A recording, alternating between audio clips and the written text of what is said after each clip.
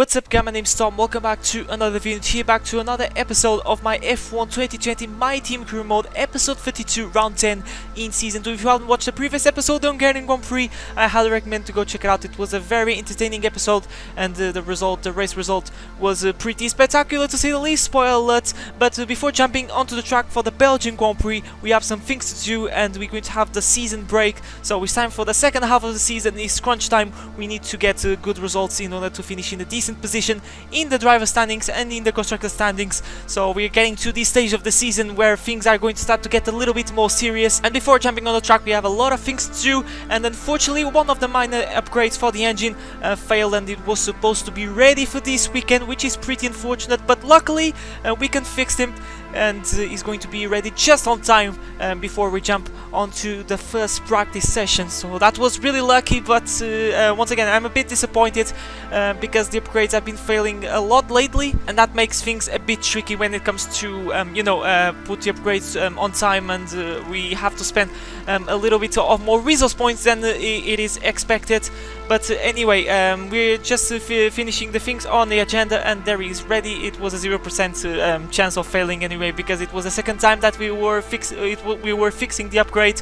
But anyway, we are already on the garage. No rain is going to be expected for the entirety of the weekend, so that is a good thing, because I don't want to go through Arouge in rainy conditions, let's be honest. And we're going to buy another minor upgrade that hopefully is going to be ready for the next episode, which is going to be the Italian Grand Prix, and that is going to really come in handy as well for a minor upgrade for the aero for the DRS, which is going to make the gap of the DRS much larger, and that is going to result in a much stronger, a bigger straight line speed.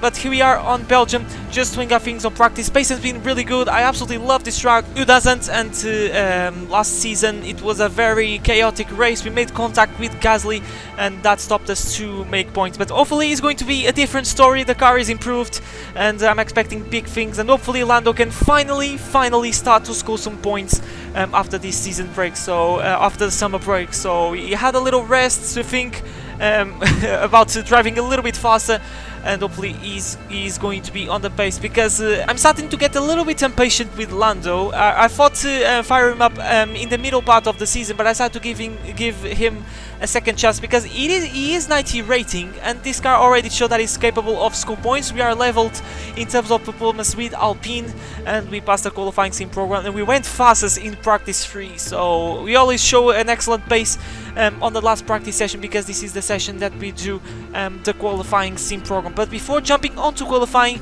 you can see that we already once again in the R&D tree, and we're going to buy another upgrade for the durability, because we're getting to the stage of the season where we are starting to run out of brand new engine components. We're going to start to get grid penalties.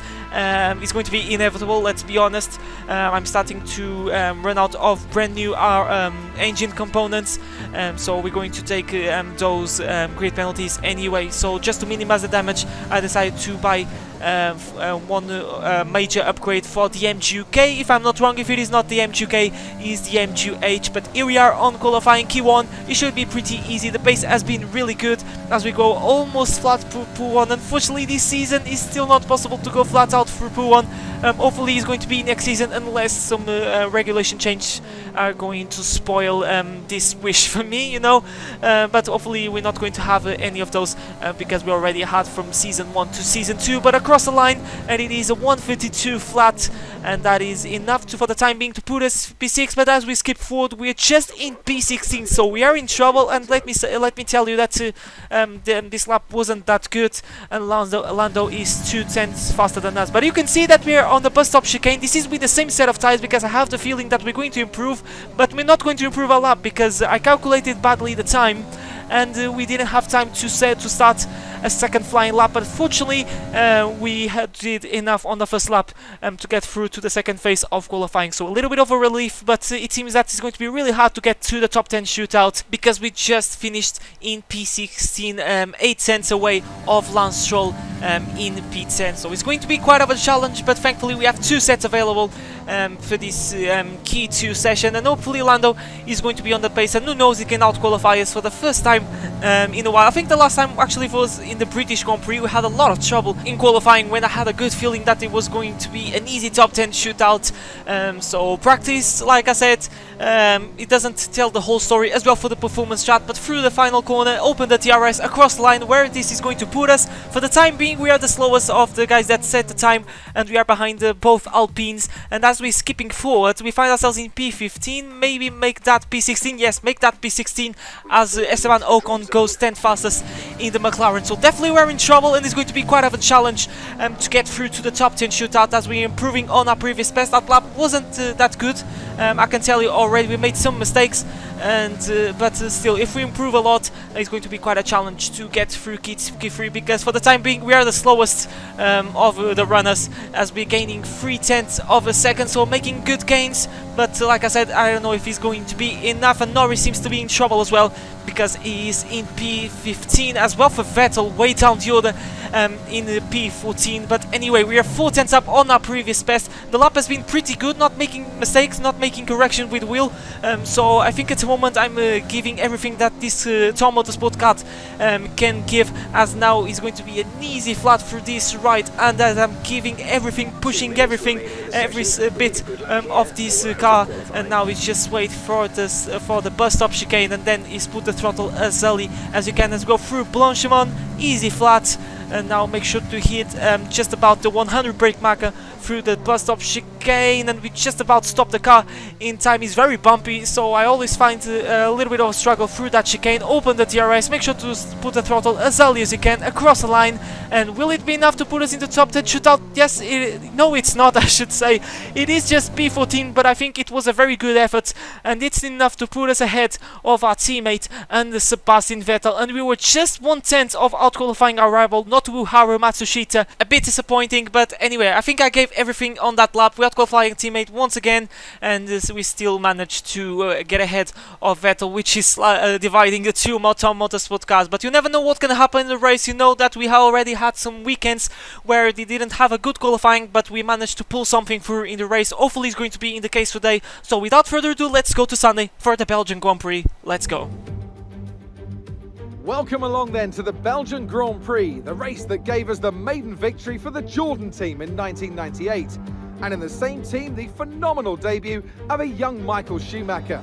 There's always something special around one of the many corners of this fan-favourite circuit. So here we are once again, ready to go racing through the Ardennes Forest. 4.35 miles of long straights, fast corners and massive elevation changes. It makes this not only one of the most exciting circuits on the calendar, but one that makes for some consistently high-quality racing as well. Simply put it, there really is no place quite like Spa. It's time to take a look at our starting grid for today's race. Valtteri Bottas lines up on pole position, and Lewis Hamilton completes the front row. Considering the rest of the grid, we have Verstappen, Perez, Pierre Gasly and Albon, Sainz, Leclerc, Kvyat and Esteban Ocon, Ricciardo, Stroll, Nobuharu Matsushita, Thomas, Vettel, Norris, Kevin Magnussen and Antonio Giovinazzi, Raikkonen, Russell, De Vries and Nicholas Latifi. And with preparations almost complete, let's head down to the track. After the points finish last race, let's aim to keep the momentum going. Thanks Jeffrey, and welcome guys to the Belgian Grand Prix. It's going to be really hard to get a similar result like we had in the last episode in the Hungarian Grand Prix. It was a podium. If you want to watch that episode, make sure to check that one out. Once again, it was a bang over race and we managed to pull through a podium. But anyway, strategy wise, it's going to be an easy stop, one stop, and the two Mercs are the only ones that are going to start on the medium. So really interested to see how the strategy is going to be for the two silver hours. And we're getting ready for the first race after the summer break. The Belgian Grand Prix, 5 red light, 22 laps ahead of us, and it's lights out. And away we go. Let's get a good start, I should say, against Matsushita. Yes, it was, as we're going side by side through turn 1. Everyone going really slow as I'm trying to thread the needle, try to take a look maybe around the outside of Lance Stroll. It is not enough, and we have to stick behind Daniel Ricciardo, but still we are ahead of Matsushita, which I believe is side by side with Lando Norris as they're going side by side through our rouge and right. The car a little bit unstable wall,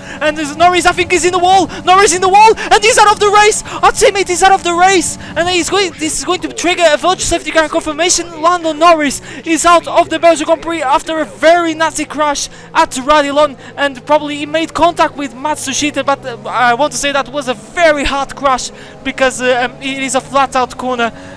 Even when you're going side by side, I believe, but that is bad news for Tom Motorsport. Maybe that could be a good race for Lando, I don't know, we'll never know, and this is the reason why. Oh, that is a very harsh hit into the wall, and I'm really surprised that it is not a safety car, because that was a huge crash, and Matsushita was really lucky to get unscathed. But we're going to watch the whole start of Lando, so it wasn't a very good start. He finds himself still side by side with Vettel.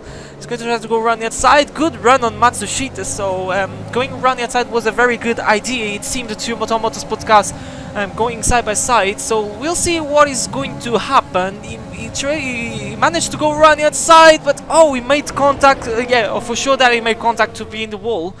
But here's the question, whose fault is of this crash? So we're going to stop and watch this kind of frame by frame, and you can see that Matsushita turns a little bit into Lando, and Lando was already using all the track, and that is very unfortunate. Lando did nothing wrong, and Matsushita for sure should have gave you know, more room. We're going to watch his POV, and you're going to see that he didn't give that much room to Lando, and it was just a small touch. Matsushita didn't feel anything, didn't send the car into a spin, he just continued his life. And yeah, unfortunately it happened, but for sure it was Matsushita's fault. And maybe Lando was a little bit too ambitious, you know, going side by side on the first lap. It was maybe an explosive cocktail to things go wrong, but anyway, have to have so much commitment. But anyway, we're going to press on and see what he can do. Matsushita doesn't have any sort of penalty, so he's been pretty lucky. Michael Masi being very friendly to the Japanese, and we need to never say never. Now we are the only ones carrying the flag, like we've been doing for the entirety of the season, as we send one down inside, not just on Ricciardo, but on Lance Stroll, as these guys were going really slow because everyone is bunched up, and they decided to risk a little bit more, and that's us into P11 already. So it's been a banger of a start as Kvyat is going really slow, and they had to make a very aggressive, evasive action, having reflex of an absolute ninja, and thankfully the front wing is still intact. I'm going to cover the line on Lance Stroll because I decided to back off, because I don't want to go side by side, especially after a crash where our teammate was eliminated from the race, and we have to stick behind. But I think I was too cautious because Stroll might get a move on his side, probably not, because he's in some trouble, because Ricciardo is trying to make the move on the Canadian. There he is, goes round the inside as the camera is still focused on us. I don't know why, so great replay editing skills, Tom. But anyway, those two are still going side by side. We lost him, now we are focused on him as Ricciardo goes round inside through this very understeer right hander. He's kind of annoying corner, let me say to you. But anyway, I think Ricciardo made the move and he's up into P12, and we're trying to get P10, try to get the first points paying position. Round the outside we go through Blanchimont. This can be an amazing move, recreation of Verstappen and Felipe Nasr in the 2015 real life Grand Prix, and there he is. What a way to get P10, going side by side through Blanchimont, easy flat. Maybe that would be a little bit harder in 2015 because the cars didn't have that much downforce, but anyway, we made the move, and now it's time for Ricciardo one lap later to make the move on the Russian, and he's up into P11, and Valtteri Bottas for the time being leads the race by an absolute mile. Lefin really looking in a very good shape during this season, trying to get to beat his teammate finally, and Hamilton probably lost the position in the start to Verstappen, but he already made the move, and he's going to try to chase down his teammate, trying to gain points to Valtteri Bottas, because it's been a dreadful season for Hamilton, full of engine failures. He had one in the last episode, but we're trying to get this position on Esteban Ocon, starting to catch this little train, followed by both McLarens and Ferrari and the AlphaTauri of Pierre Gasly. So starting to get a little bit stuck on traffic, and I'm going to be patient because we are in a very good position to maybe get a top 5, because we have P5 on our side for the time being, as one of the McLaren is going to pull into the pits. Is Carlos Sainz, so he's going to make a very early stop. I think we're going to stop around lap 8 if I'm not wrong, and we're going to see how the strategy is going to be for Carlos Sainz. Is going to feed the medium tires. I believe I saw some yellow stripe on that Pirelli rubber. Yes, it is the medium compound of tires, and I want to say that maybe it isn't too soft, but I think that would be a little bit silly. because it's an easy one-stop around here. But anyway, we are chasing down Esteban Ocon. It seems that we are very close this time, and we're going to put on ER on overtake mode. Rich Mix getting a nice slipstream of Charles Leclerc as well, as we're going side by side through the Camel Straight. Now we're going to try to go right hand side through the chicane. I don't know the name of this chicane, so make sure to tell me that on the comment section. I'm really bad with corner names, but anyway, we made the move already up into P8, but it should be P9 once we make our stop. And now the next victim should be Charles Leclerc and Sergio Perez. So really looking good into the race pace wise. I don't know why, but qualifying we most of the time we struggle, but when it comes to the race we managed to somehow to find the pace and make the moves on these guys, because I think it's still an issue in this game. I think the AI is still a little bit timid when it comes to make the moves. They are always improving from game to game. As the years go by, they are becoming aggressive in this game. They're starting to make mistakes sometimes, but I think they are still a little bit timid when it comes to make the moves. But here we go, Leclerc with a very shaky steering through the Camel Straight.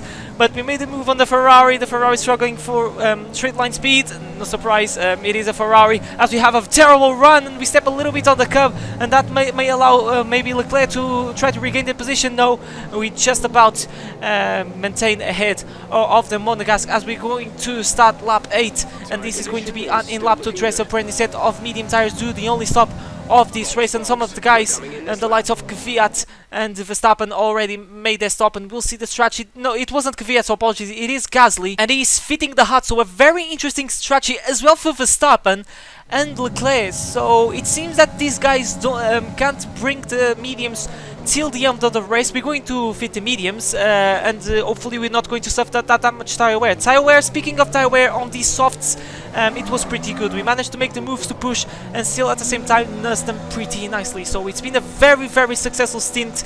We made some pretty nice moves, and we are already in the points paying position. We're going to dress now a brand new set of medium tires, as one of the Perez is fitting the mediums as well. So it seems that we have some difference when it comes to strategy, but it seems that there's going to be a one-stop for everyone as we get an unsafe release. We are inside Verstappen's Red Bull, Albon's Red Bull, I should say, apologies. But in the process we jump Sergio Perez and we gain one position. But unfortunately we dropped to Ocon, so the undercut will work for the McLaren, and this is the reason why we got the unsafe release. It was because Albon was held up by absolutely everyone and lost a heap amount of time, and then this is the reason why we jumped Perez, because it was held up by a little bit by Albon, and unfortunately we ghosted through Albon, and it wasn't enough to get ahead of the Red Bull. So it seems that we have to make the move on track, which is hard because, you know, it is a Red Bull, but for the time being it seems that we have the pace to overtake Albon, that seems to be struggling to overtake Ocon, the likes of Ocon and Gasly. So for the time being I'm trying to keeping at bay, because I have the feeling that sooner or later he's going to start to pick up the pace, and there's no way that I'm going to catch him. But it's not showing to be the case, because he is still in P8 and we're getting a very nice slipstream. And here we go on Alexander Albon side by side once again through the Camel Straight. Very shaky, you can see that it turned a little bit into us, the Red Bull, and here we go already up into P7. And Albon, it seems that the mediums are not working that very well on the Red Bull, as now Ocon and Gasly going side by side. We might join to the party. It's a 3 wide and up the inside we go, and this might be, yes it is, a double overtake. And where I've seen this before, it was in the last season at this exact same spot, at the exact same track, and but it wasn't a very different, it was a very different case, because everything ends up in tears, as you can see. A little bit of a rewind, a little bit of a flashback. We made Gasly, we made contact with Gasly, I should say. And we made contact with Gasly, and there were just 2 differences. It wasn't a 3 wide moment, and everything ended up in tears, and it was Gasly's fault in this case. But thankfully it wasn't the case during this time. I had a lot of flashbacks, I can tell you, when I was doing this race. I had a lot of bad flashbacks when I was making this move, but thankfully everything ended well, and now I'm watching replay, because this is worth it of seeing this replay. A double overtake, that was really risky, maybe a little bit stupid for me, because it was really risky. It was a late minute decision, I can tell you. It was a last second decision, and we're going to watch Gasly's POV, and whoa, that was so close, and to end my quest to score point in this race. And now we find ourselves in 4th place of this race. So we are one position away, and Sainz is pitting as well. Sainz is pitting as well. He's doing the 2-stop. What is McLaren doing at the moment? We find ourselves matching our best result in this My Team series at the moment because of this man Carlos Sainz, and he's going to fit another set of medium tires.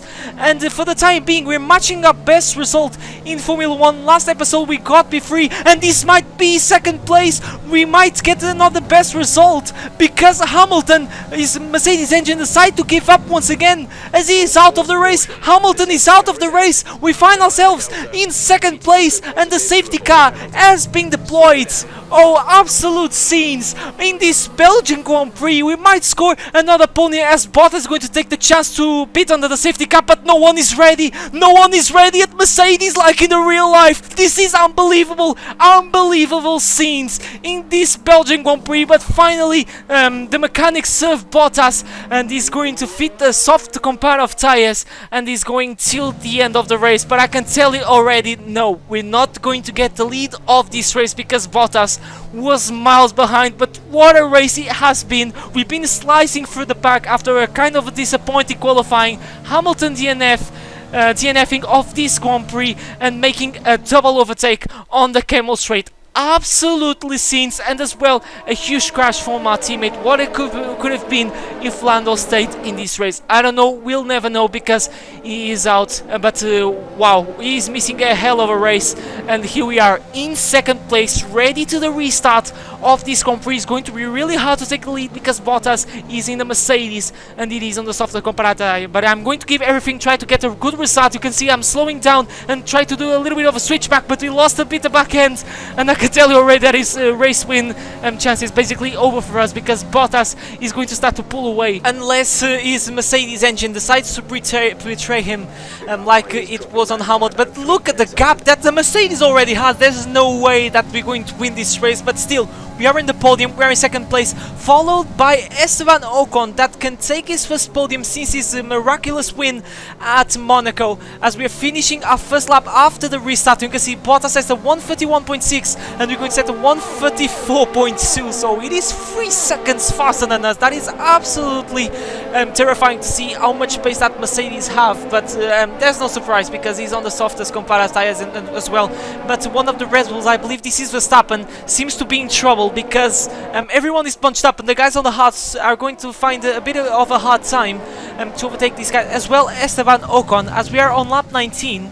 And Ocon is keeping us at bay thanks to the DRS, so everything is not guaranteed for us. And behind Ocon is Alexander Albon and Gasly, and these guys are pretty pacey. These cars are faster, a little bit faster than mine, and maybe these mediums are going to start to fade away a little bit as we are already on the last lap. I'm going to deploy everything because I really want to get this second place, 18 precious points to our championship tally, but it's going to be really hard, and Ocon might make the move. Here comes Esteban Ocon trying to take second place, and look at the rocket ship of that McLaren Renault, and we're going to try to defend up the inside. We go side by side action in the last lap, and hopefully he's not going to end up in tears. Thankfully he's not going to end up in tears, and we remain in second place. But everything is not over yet because we have to deal with another huge straight in the last sector. But thankfully we already did 50% of the work, and Ocon dropped a little bit behind, so that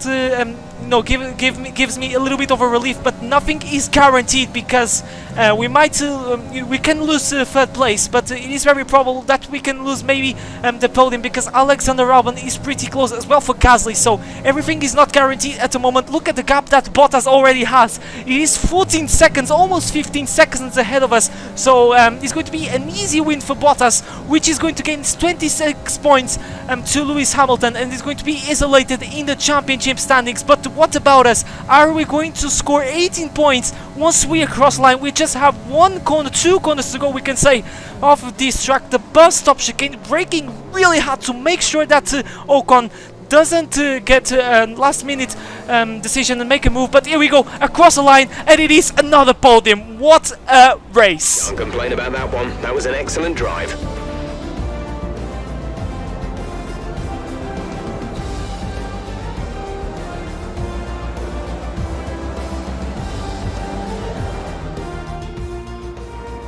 Mercedes have pulled off a great victory here today. Tell me, Ant, how do you think they were able to deliver such an incredible result today? Well, I think it was clear what the main contributing factor out on the track was today: speed. I know it sounds like an obvious thing to say, Crofty, but fast cars win races, and we saw that today with our winner. And I can see the drivers starting to approach the podium for the victory celebrations. A real team victory today. Everybody played their part. Congratulations then to Mercedes, your race winners today. Oh man, what a race. That was textbook. An absolute classic in my F1 career mode. You know, all the races that I've ever done, this one is going to have a special place in my heart. We did a bang of a race. We scored our second podium, 2 in a row, 2 in 2. We got P3 in the last race, and now in this one we got P2. Next episode, Italian Grand Prix. Will it be P1? I don't know. It's going to be really hard, but you never know. Italian Grand Prix already showed that it can give us very unusual results in real life. Who knows, can be in the next episode. I don't know. I'm not giving any spoilers because at the moment I didn't make that race. But championship standings, Bottas 66 points ahead of Hamilton. So Bottas maybe has already the trophy in the hand. You never know. But we are up into P5 and we are very close to the 2 Aston Martin, which are level on points. So it's crunch time. We can't make mistakes. We are ahead of both Red Bulls, but constructor standings, we're still the only ones that are carrying the flag, and we are still in P7. So it was very unfortunate that Lando, you know, retire at the beginning of the first lap, but these things happen. It was Matsushita's fault. But anyway, what a race it was. I don't know how we managed to pull second place, but yeah, we pulled second place, and that's what matters. And that was episode 52 of my F1 2020 My Team Career Mode, guys. I hope you guys enjoy. Make sure to smash like, subscribe to have new to see plenty more Formula 1 content. If you're new, make sure to stick for the fun. Welcome to the family, and make sure to share this channel and video with everyone that you can, as we are getting really close to the 1k subscribers. So let's activate scenario 8 like Ocon did on the last lap for the Camel Straight, and we'll see if we can get that ASAP. But guys, that is it once again. That has been me, episode 52. What a bang of a race, an absolute classic. I hope you guys enjoyed as well. For sure that you guys enjoyed as well, I imagine. But that has been me for today. My name's Tom, and I'll see you guys for a brand new video next time. But for now, it's goodbye. Take care.